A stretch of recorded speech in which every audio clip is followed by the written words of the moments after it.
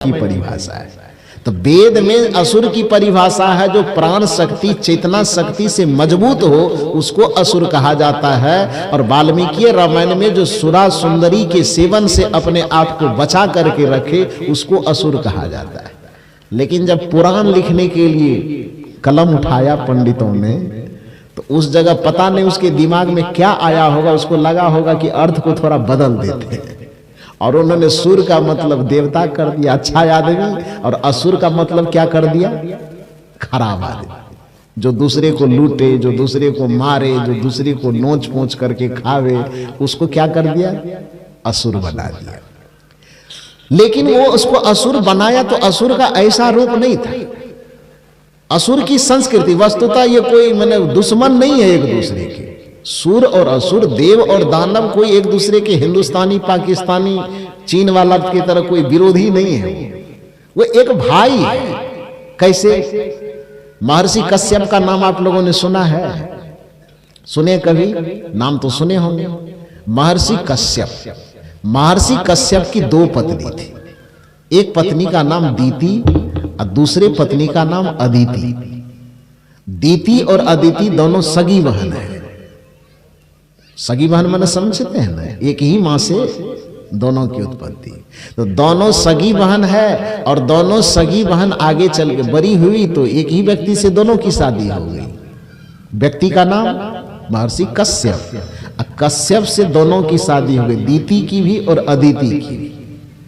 आज की परंपरा के अनुसार नहीं, पुरानी परंपरा के अनुसार देखा जाए तो पुरानी परंपरा में मातृ सत्तात्मक वंश चलता था। आज पितृ सत्तात्मक वंश चलता है। मतलब एक परिवार में यदि कोई बच्चा जन्म लिया तो पिता के नाम से उसका नाम चलेगा। पिता की विरासत पे उस बच्चे के विरासत का अधिकार होगा, इसलिए पिता के नाम से ही पुत्र के नामकरण होंगे, उसी के नाम से चलेगा। हालांकि कई जगह के सरकारों ने अब थोड़ा चेंजिंग किया है कि भैया माता और पिता दोनों का नाम होना चाहिए, पता ना। लेकिन एक जमाना था जो ये माता लोगों की वर्चस्व थी, इन्हीं के नाम पे खानदान चलता था, इन्हीं के नाम पे परिवार चलता था। बाद में पुरुष जब मजबूत हुए होंगे तो उनको लगा होगा सत्ता परिवर्तन करना चाहिए। सारा क्रेडिट ये महिला लोग लेके चली जाती है, हम लोग कमा कमा के खाली खिलाते हैं और हमारे नाम से इस तो परिवार का नाम चलता ही नहीं है। तो परिवर्तन आया होगा, बाद में उनके नाम को छांट दिया गया और पुरुष लोग के नाम से परिवार चलना शुरू हो गया, हुआ ना। अब सरकार आई है तो सरकार के भैया संविधान के अनुसार एक बच्चे के जीवन में माता और पिता दोनों का योगदान है, इसलिए इनका भी नाम चलना चाहिए और उनका भी नाम चलना चाहिए। तो ये तो बड़ी अच्छी बात है, पक्षपात नहीं होना चाहिए, दोनों का नाम चलना चाहिए। माँ बाप से बढ़कर जग में कोई दूजा नहीं खजाना, जिसने तुझे जन्म दिया रे दिल उसका नहीं दुखाना। जन्म देने में माता और पिता, पालन पोषण करने में माता और पिता, और आपके जीवन को सजाने और संवारने में माता पिता का जितना योगदान है, दुनिया में किसी भी भगवान का उतना योगदान नहीं है जितना माता पिता रूपी भगवान का योगदान है कि नहीं है? तो इसलिए माता पिता दोनों के आधार पे आज का जो वंश परंपरा चलता है, उनके नाम के आधार पे। लेकिन एक समय था जिस समय ये देवता और दानव की बात हो रही है, उस समय मातृ सत्तात्मक वंश चलता था। मतलब माता के नाम के आधार पर ही वंश की परंपरा चलेगी, वंशावली बनेगी, ठीक है। तो उस समय मैंने कहा कश्यप जी की दो पत्नी दीति और अदिति। तो खानदान जो चलेगा पिता के नाम पे चलेगा कि मां के नाम पे चलेगा? किसके नाम पे चलेगा? मां के नाम पे चलेगा। अभी 2025 वाला नहीं ना है कि अभी के अनुसार धारणा बनाएंगे कि पिताजी के नाम से चलना चाहिए, नहीं। वो पौराणिक जमाने में मां के नाम से खानदान चलने के कारण, वंशावली चलने के कारण अब कश्यप वहां गौन हो गए। अब दीति और अदिति से जो बच्चे हुए तो दीति के नाम पे एक वंश चल गया और अदिति के नाम पर एक वंश चल गया। दीति के नाम पर जो वंश चला उसको कहा गया दैत्य वंश, और अदिति के नाम पर जो वंश चला उसको कहा गया आदित्य वंश यानी देव वंश, देववंशी और दैत्य वंशी। ये दोनों भाई हुए कि वीर दुश्मन हुए? देव और दानव दोनों भाई हुआ कि दुश्मन? भाई हुआ ना। इधर मां के तरफ से कहिएगा तो मौसेरा भाई हो जाएगा, मौसी वाला रिलेशन आएगा, और यदि पिता के तरफ से देखेंगे तो सौतेला भाई होगा, होगा कि नहीं? लेकिन चाहे इधर से देखें उधर से देखें, होगा तो भाई है। अब देवता और असुर का जो संग्राम है वस्तुतः वो दो भाई के बीच में आपसी संपत्ति का विवाद है। लेकिन दो भाइयों के बीच में आपसी संपत्ति के विवाद को इतनी कथा कहानी गढ़ गढ़ करके 18 पुराण ऐसा बना दिया कि आदमी कथा सुन सुन करके आंख से आंसू पोंछता है। बाप रे बाप, यदि वो न देवता लोग न होते तो हम लोग को तो सब राक्षस चबा चबा के खा जाता। कहानी ये सब गढ़ा गया है, ऐसी कहानियां बनाई गई है कि उन पौराणिक कहानियों को सुन सुन करके लोगों के दिमाग में अलूल जलूल भरता है। भरता है कि नहीं भरता है? लेकिन वास्तविकता क्या है? वास्तविकता यह है कि कश्यप की दो पत्नी दीति और अदिति, दोनों से जो बच्चों की परंपरा चली, तो एक वंश की परंपरा दैत्य परंपरा कहलाई और एक के वंश परंपरा देवताओं की परंपरा कहलाई। उसी से जन्म लेने वाले, उसी में जितना देवता बनते चला गया, तो किसी ने 33 कोटि कह दिया, किसी ने 33 करोड़ कह दिया, कितना बनता चला गया, कितना पुजवाता चला गया, कहना मुश्किल है। इसलिए संत लोग कहते हैं जिसको न जानते बूझते उसके पूजा पाठ के चक्कर में मत पड़ो। जिसमें त्याग है, वैराग्य है, साधना है, संयम है। अब देवताओं के राजा का क्या हाल है? देवता के राजा का क्या हाल है बेचारा, जिसको देवराज इंद्र कहते हैं। अब गौतम ऋषि की पत्नी अहिल्या के साथ जाकर के व्यभिचार करता है, उसके पूजा करने से क्या होगा? ज्ञान मिल जाएगा कि भक्ति मिल जाएगी? त्याग बढ़ेगा कि वैराग्य बढ़ेगा? क्या बढ़ेगा? जब देवताओं के राजा का यह हाल है कि उसको अपने चरित्र पर नियंत्रण नहीं है, अपने मन की वासना पर नियंत्रण नहीं है, दूसरों की मां बहन बेटी को देखने के बाद उसके मन में संयम नहीं रह पाता है, तो फिर और लोगों का क्या हाल होगा? बुरा हाल होगा ना।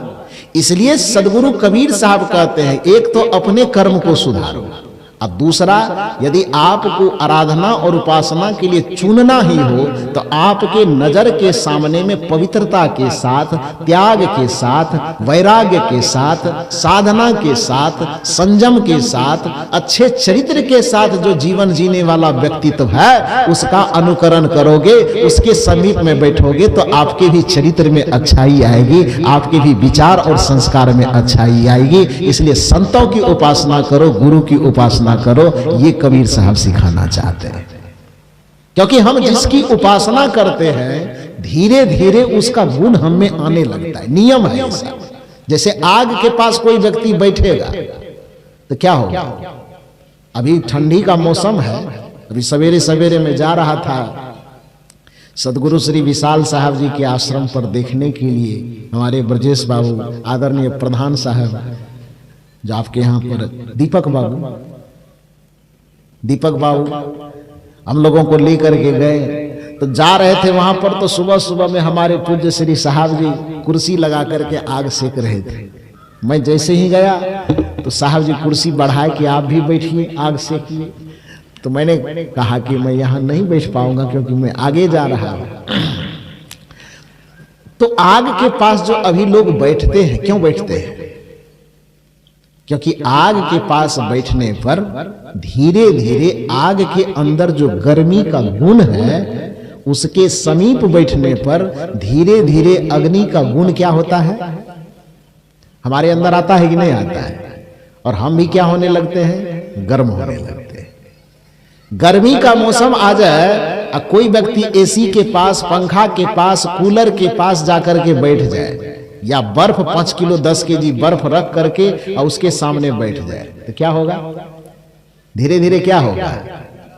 धीरे धीरे उसकी संगति में उस पदार्थ के अंदर जो गुण है वह गुण धीरे धीरे धीरे धीरे आपके अंदर भी आने लगेगा। और बर्फ ठंडा है तो उसके संपर्क में रहने पर आप भी क्या हो जाएंगे?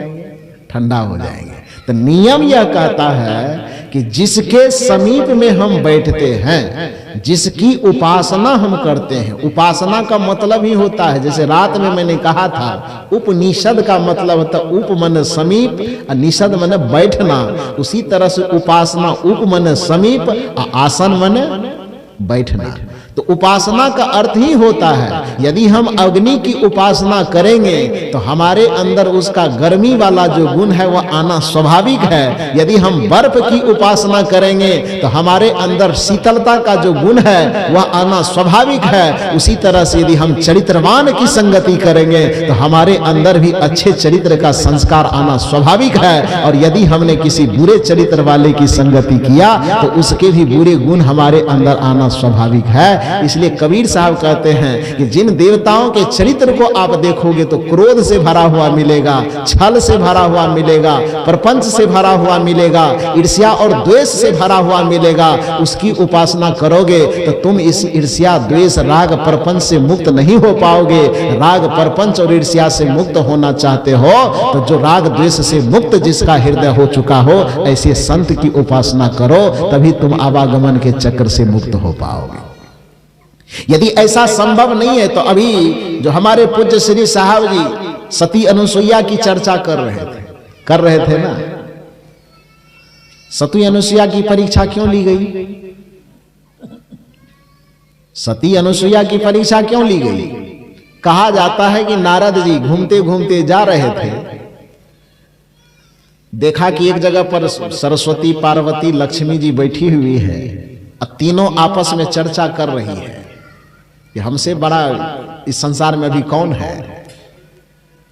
हमारा जो इज्जत, हमारी जो प्रतिष्ठा है, हमारी जो भक्ति है, हमारा जो त्याग है, हमारा जो गौरव है, हमारा जो गुण है, हमसे महान इस संसार में अभी कौन है। तो संजोग की बात उसी के सामने से नारद जी गुजर रहे थे। तो नारद जी एकदम करताल बजाते नारायण नारायण करते करते अब पहुंच गए वहां पर। और वहां पहुंचने के बाद पूछा कि माताओं आप लोग क्या चर्चा कर रही हो? का चर्चा क्या कर रही? यही कि अभी हमसे श्रेष्ठ कौन है, हम अभी दुनिया में सबसे महान हैं। हमारे पति एक ब्रह्मा, एक विष्णु, एक शिव, तीनों के हैं। ज्ञान में, ध्यान में, भक्ति में, साधना में सबसे परिपूर्ण है। हमसे बड़ा भक्त कौन हो सकता है? नारद जी कहे कि यदि आप कहें तो मैं बता दूं एक ठोका नाम। क्या कहा कि आपको बड़ा गुमान है कि हमसे बड़ा भक्त, हमसे बड़ी सेवा करने वाली, हमसे बड़ा ज्ञानी, हमसे बड़ा ध्यानी, पूजा करने वाली, तपस्या करने वाली कोई नहीं है। तो ये भरम मत रखिए, यदि इजाजत हो तो एक ठो का नाम बता दो। तो तीनों ने कहा कि बताइए, ऐसा है तो कोई नहीं, लेकिन आप कहां से बता रहे, बताइए। तो कहा एक है जिसका नाम है सती अनुसुईया। अब बताइए कि तीनों ब्रह्मा, विष्णु और शिव की पत्नी न है, देवी स्वरूपा, पूजा जगत पूज्य कही जाती है, जो पूरे जगत के लिए पूज्य है। उसके सामने पृथ्वी लोक के किसी एक आदमी की बड़ाई हो गई तो मन में क्या पैदा हो गया? थोड़ा बताइए जोर से। मन में क्या पैदा हो गया? ईर्ष्या पैदा हो गई, जलन पैदा हो गई। और उन्होंने कहा कि ऐसा कैसे हो सकता है, हमसे बड़ा कोई हो जाए। अब जिसके अंदर हमसे बड़ा कोई ना हो ऐसी भावना पहले से बैठी हुई है, उसको लोग यदि देवी देवता कहेगा तो फिर तो देवी देवता की परिभाषा बड़ी विकृत हो जाएगी। वस्तुतः देवी तो उसको कहा जाएगा जिसके अंदर ऐसी दिव्यता गुण आ जाए जिसके अंदर राग और द्वेष का कहीं नामो निशान ना हो। देवी और देवता उसको कहा जाएगा जिसके अंदर यह संकल्प आ जाएगा कि कबीरा खरा बाजार में मांगे सबकी खैर, ना काहू से दोस्ती ना काहू से बैर। कि जिसको ना तो किसी से दोस्ती हो ना किसी से बैर हो उसको देवता कहा जाता है। बड़ी सुंदर चर्चा चल रही थी, राजनीतिक जगत के भी गांधी जी की चर्चा कर रहे थे और लाल बहादुर शास्त्री का नाम तो आप लोग सुने होंगे, हमारे देश के प्रधानमंत्री, जय जवान जय किसान का नारा देने वाले। लाल बहादुर शास्त्री जिस समय प्रधानमंत्री हुआ करते थे तो प्रधानमंत्री निवास में वो रहते थे पूरे परिवार के साथ। शास्त्री जी के बड़े पुत्र का नाम था हरि शास्त्री। तो कहा यह जाता है कि हरि शास्त्री जी नौकरी के ढूंढने के लिए मैंने जगह जगह पर फॉर्म भरा करते थे कि किसी तरह नौकरी लग जाए, रोजगार मिल जाए, लेकिन कुछ कुछ कारणों से उनकी नौकरी लग नहीं पा रही थी। तो जब अपने तरफ से सारा प्रयास करते करते करते करते थक गए तो एक दिन लाल बहादुर शास्त्री जी के साथ घर में पूरे परिवार,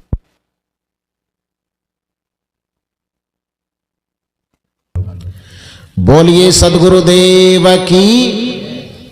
तो मैं निवेदन कर रहा था कि हरि शास्त्री जी जो श्री लाल बहादुर शास्त्री जी के बड़े पुत्र थे, तो रोजगार की तलाश में यहां वहां फॉर्म अप्लाई करते थे, लेकिन कुछ कारणों से वो सेलेक्ट नहीं हो पाते थे। तो एक दिन जब घर में अपने पिताजी के साथ यानी प्रधानमंत्री जी के साथ भोजन पर बैठे पूरे परिवार के सदस्य, तो हरि शास्त्री जी बड़ा हिम्मत जुटा करके अपने पिताजी के बगल में खाते खाते बोले, पिताजी एक आग्रह करना चाहते हैं। तो लाल बहादुर शास्त्री जी कहे कि बताओ क्या बात है। तो उन्होंने कहा कि मैं अपने तरफ से जितना प्रयास हो सकता था सब प्रयास करके देख लिए, बहुत जगह है, लेकिन कहीं पर मेरा दिमाग काम नहीं किया, कुछ कुछ वजहों से मेरा चयन नहीं हो पाया और हमें नौकरी नहीं मिल पा रही है। आप प्रधानमंत्री हैं, मैं आपका पुत्र हूं, इस नाते से मेरा निवेदन यह है कि एक बार किसी कंपनी में आप फोन कर दीजिए, किसी भी विभाग में आप फोन कर दीजिए कि ये मेरा बड़ा लड़का है, थोड़ा देख लीजिएगा। तो प्रधानमंत्री का फोन जाएगा तो क्या होगा, कोई वजह से छटाएगा, वो नहीं छटाएगा।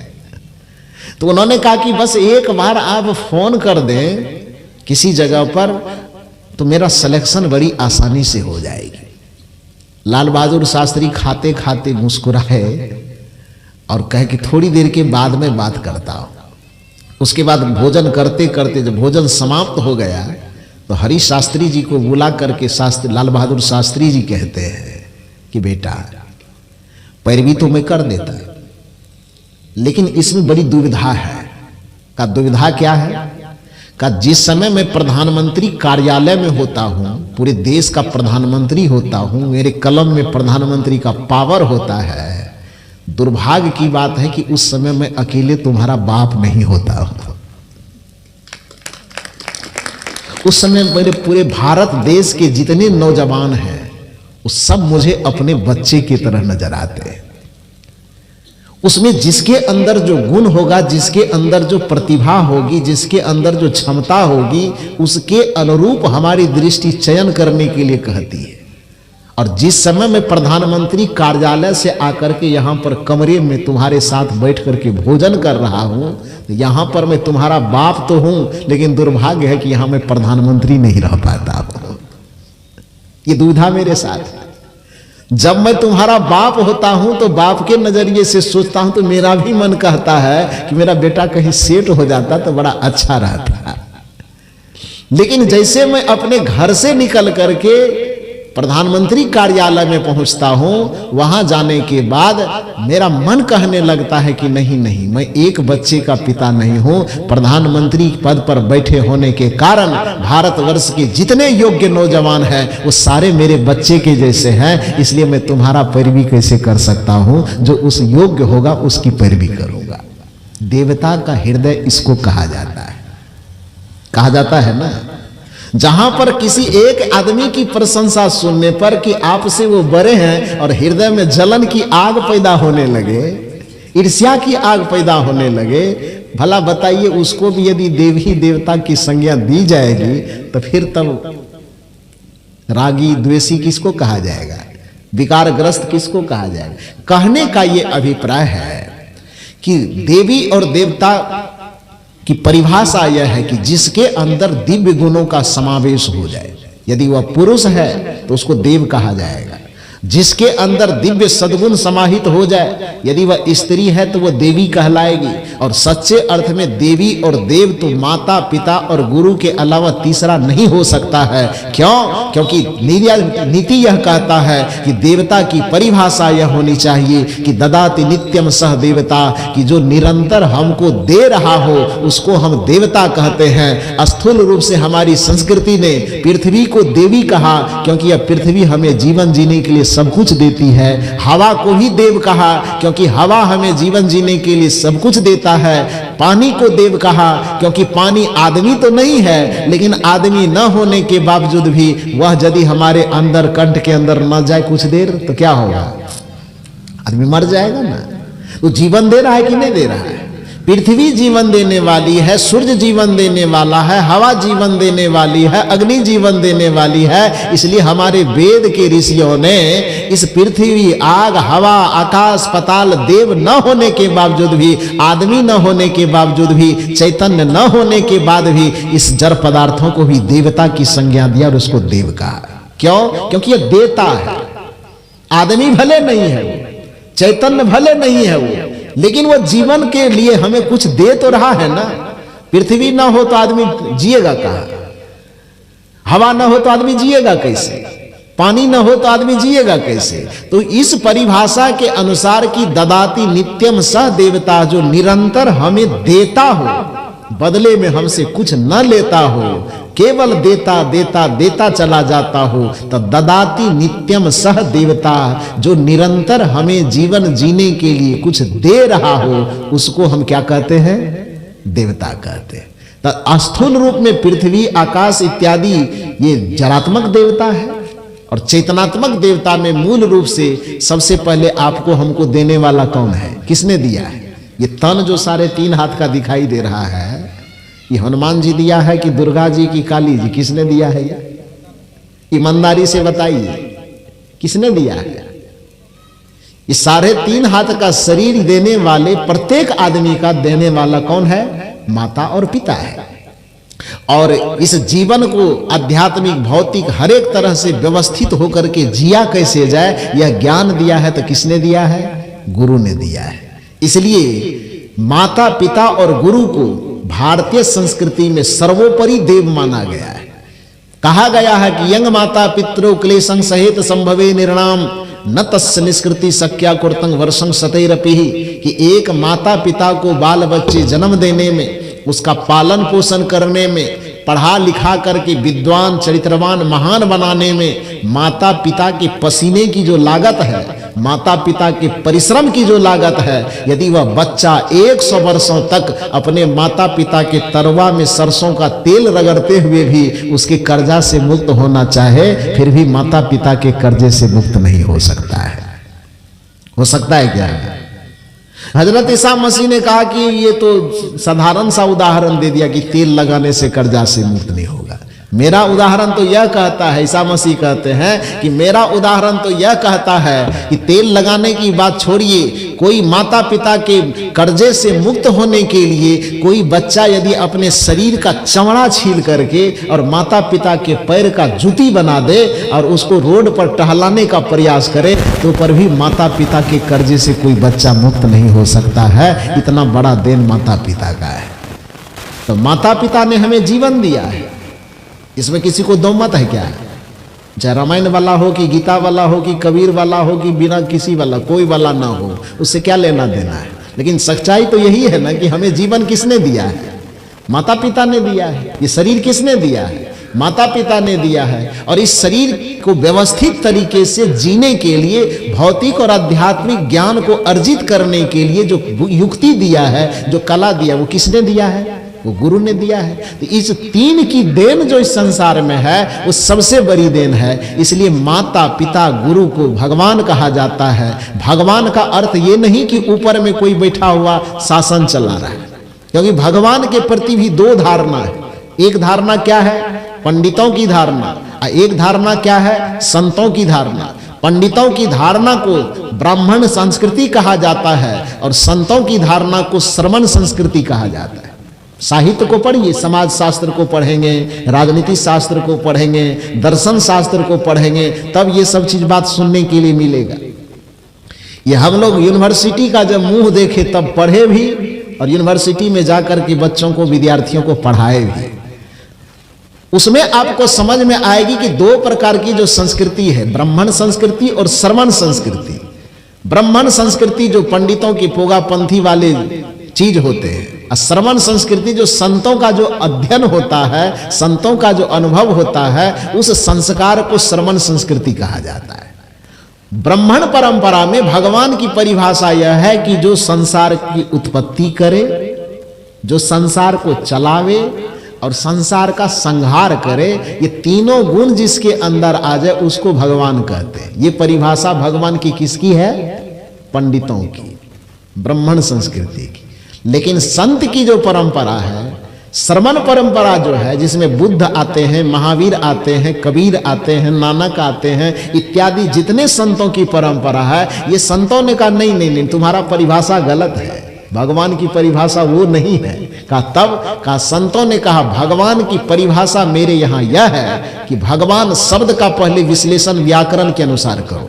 जब कोई आदमी बुराई से बच करके अपने जीवन में अच्छाई को लाता है, हिंसा से मुक्त होकर के अपने जीवन में अहिंसा को लाता है, अधर्म से मुक्त होकर के अपने जीवन में धर्म की स्थापना करता है, कुविचार से मुक्त होकर के अपने जीवन में सुविचार को स्थापित करता है, अर्थात दुराचार पापाचार से मुक्त होकर के जब कोई व्यक्ति सदाचार के पथ पर चलने लगता है तो उसके जीवन के बिगड़े हुए भाग्य सुधर जाते हैं और फिर उसके जीवन में सुख शांति आने लगता है। तो जिसके जीवन में पीड़ा हो, दुख हो, परेशानी हो और कुछ दिन के बाद वह सुधर करके सुखी हो जाए, अच्छा हो जाए, तो पूरे दुनिया के लोग कहते बड़ा भाग्यवान आदमी है।